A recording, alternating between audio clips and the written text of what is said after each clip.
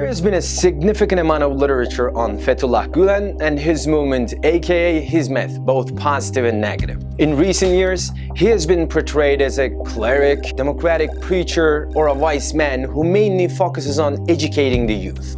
However, his words and actions in time say otherwise. In fact, Gulen built his entire life on lies and paradoxes, and I'll tell you how. Despite receiving his green card in the US through the talented educator status in 2008, elementary school is Gulen's highest educational level. However, he received intensive Islamic madrasa education and was appointed as an imam in Turkey in 1959. Working in numerous cities as an imam, Gulen's activities became visible in the media in the 90s. He started gathering thousands of people around him due to his influential and rather nationalist and radical sermons.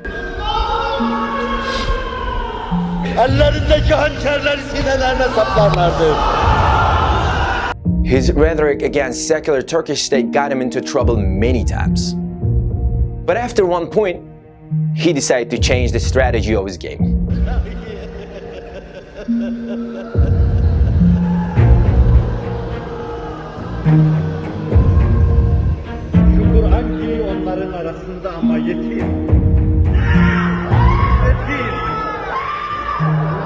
Considering the state as a device that must be captured, Gulen gave important advice to his followers, moving on in full secrecy. As years passed in full secrecy, Gulen managed to place many of his followers in critical positions in the Turkish government by providing them questions and answers prior to entry exams for each and every one of those positions. Merak etmeyin, ben sizin huzurunuzda ölecek kadar talihli birisi değilim.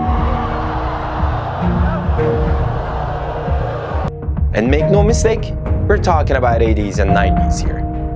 Emphasizing the importance of getting these critical positions, Gulen in his speech said that his followers in the Justice Department and civil service are guaranteed for their future. In other words, misconduct in office for their own interest. Bizim İslami geleceğimiz adına o işin garantisidir yani. Bu açıdan adliyede, bir mülkiyede veya başka hayati bir müessesede bizim arkadaşların mevcudiyeti böyle ferdi mevcudiyetler şeklinde ele alınıp böyle değerlendirilmemelidir. Yani bunlar gelecek adına bizim o ünitelerde garantimizdir. This was the exact reason why secular Turkish state officials and prosecutors went after him at the time. However, he kept refusing it, saying that educating the youth was the only thing he was focusing on, and he had no intention to bring down the government whatsoever. He even rejected the claims that he had political tendency. But that was a complete lie. How do I know? Well, let's look into what he said next in his other sermon. Some fools who demand that we demand power do not understand us. Are they crazy? Why would I be busy with such small things? What is a thing you call power? I'm someone who planned to bring down the government and replaced with another in my 20s. Oops.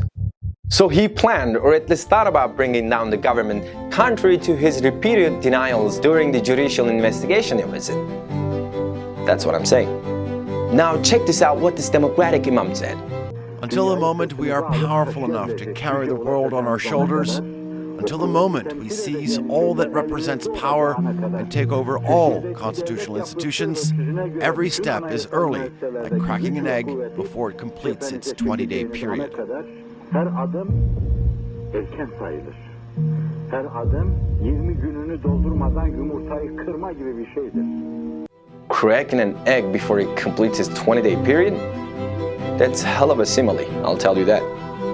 But he also warned his followers to be extremely cautious and sharp, saying, "No goal would be reached by clashing with the state.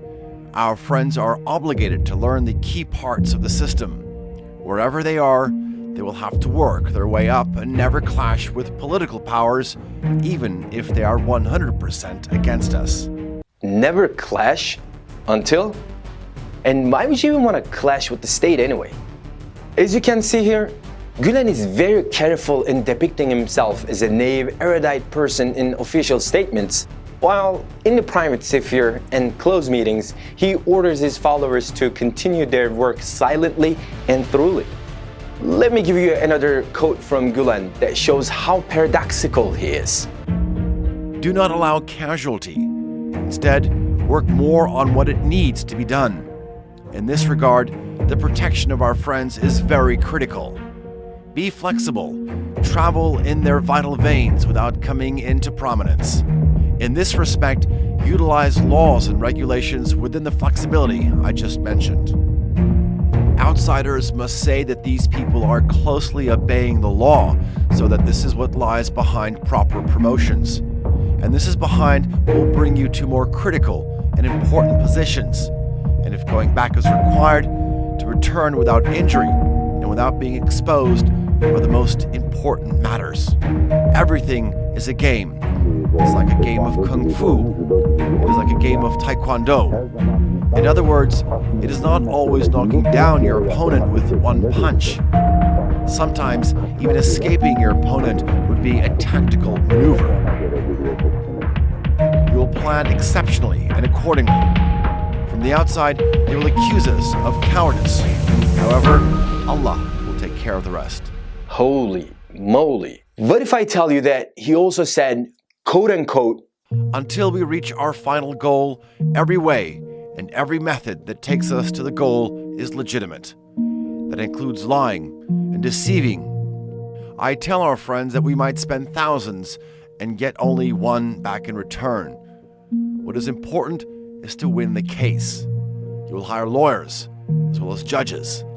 I think I get the lawyer's part, but hiring judges? That's mafia-style bribery, dude. And wait, every way and every method that takes us to that goal is legitimate? It doesn't sound very democratic, does it? Moreover, Gulen in many of his sermons asked his followers to be tight-lipped and extremely secretive. I have betrayed a secret in this crowd, but I have full trust in your loyalty in terms of secrets. I know that, like the juice boxes you'll be dumping in the trashes as you leave, you'll throw whatever you heard there in the trash. Am I making myself clear? Your secrecy is your slave. If you share it, you become its slave.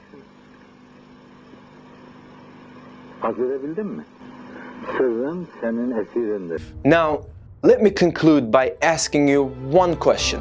Why do you think that a wise man who has been claiming that his only focus was and is education, who has no political agenda or tendency, makes such contradictory statements?